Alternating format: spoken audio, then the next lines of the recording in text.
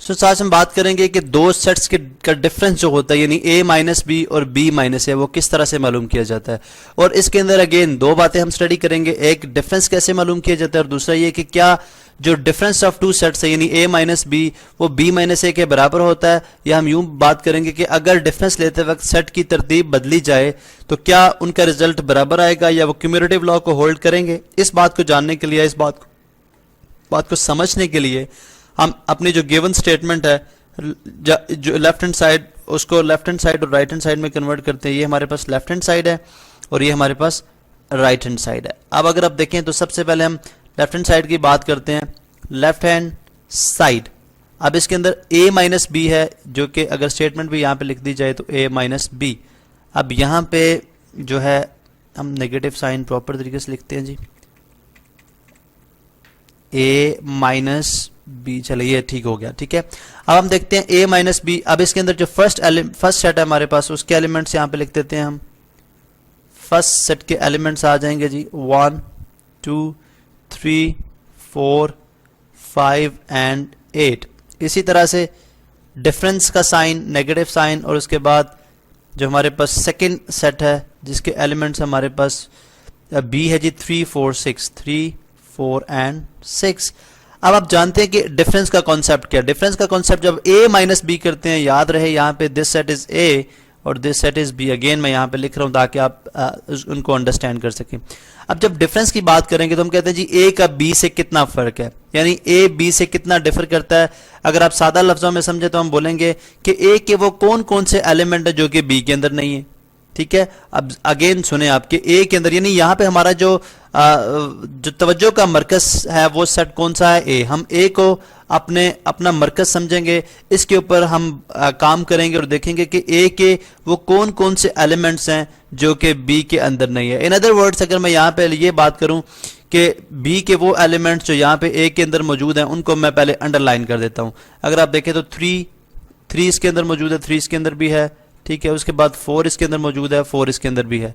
इसका मतलब है ये दो मुश्तरक एलिमेंट हैं, बाकी a के वो ऐसे एलिमेंट हैं जो कि b के अंदर मौजूद नहीं है। इसका मतलब है कि वो एलिमेंट जो कि b के अंदर मौजूद नहीं है वो यहाँ पे a माइनस बी में आ जाएंगे, जैसे 1 2 5 और 8। ये फर्क है, यानी इतने एलिमेंट से जो सेट a है वो b से फर्क पे है, ठीक है। इसी तरह से ये तो हमारी होगी लेफ्ट हैंड साइड। अब हम देख लेते हैं right hand side. Right hand side में हम आते हैं तो उसकी स्टेटमेंट लिख लेते हैं। स्टेटमेंट उसकी कुछ इस तरह से है कि b माइनस ए, ठीक है। b माइनस ए मीन कि आप हमारे पास b के जो एलिमेंट है वो पहले लिखे जाएंगे जो कि हैं 3 4 एंड 6। और इसी तरह से जो हमारे पास सेट a है उसके एलिमेंट अब बाद में आएंगे 1 2 3 4 5 और 8। अब यहाँ पे अगर आप देखें तो इसको मैं इस तरह से लिख दूंगा, दिस सेट इज b और ये जो सेट है हमारे पास a है। अब याद रहे जब आप डिफरेंस की बात कर रहे हैं, डिफरेंस लेने जा रहे हैं, तो जैसा हमने फर्स्ट यानी लेफ्ट हैंड साइड में किया, राइट हैंड साइड में भी हमें इस तरह से ही करना है कि अब हम देखेंगे कि b का a से कितना फर्क है। यानी अगर अब b का देखा जाए तो क्या b a से भी फर्क रखता है या नहीं। अब इसके अंदर भी हम अब यहाँ पे आप याद रखें हमारा जो तवज्जो का मरकज है वो कौन सा सेट है, सेट b है, ठीक है। वो कौन सा सेट है, सेट b है। अब सेट b के एलिमेंट्स को देखें, 3 ऐसा एलिमेंट है जो कि a के अंदर भी मौजूद है, इसका मतलब है ये 3 एलिमेंट से फर्क नहीं पड़ता। 4 सेकंड एलिमेंट देखा जाए 4 एक ऐसा एलिमेंट है जो कि a के अंदर भी मौजूद है, इसका मतलब है इससे फर्क नहीं पड़ा। हाँ 6 एक ऐसा एलिमेंट है जो कि a में मौजूद नहीं है। अगर आप देखें थ्रू आउट तो 6 जो है वो a के अंदर मौजूद नहीं है, इसका मतलब है ये एलिमेंट जो है वो b को a से फर्क में लेके आ रहा है, यानी b का a से फर्क करता है। इस तरह से हम लिख देंगे जी कि b माइनस ए जो होगा हमारे पास वो कितना होगा, जस्ट 6। वो एलिमेंट होगा जो कि a के अंदर मौजूद नहीं है। तो ये हमारे पास आ गई यहाँ पे, ये हमारे पास लेफ्ट हैंड साइड, ये हमारे पास राइट हैंड साइड आ गई। अब अगर आप देखें लेफ्ट हैंड साइड को कंपेयर करें राइट हैंड साइड से, ये हमारे पास लेफ्ट हैंड साइड है जिसके एलिमेंट हमारे पास 4 हैं, और अगर आप राइट हैंड साइड देखते हैं तो वो हमारे पास एलिमेंट कितने हैं, 6 हैं। तो मालूम हुआ कि लेफ्ट हैंड साइड जो है वो राइट हैंड साइड के बराबर नहीं है।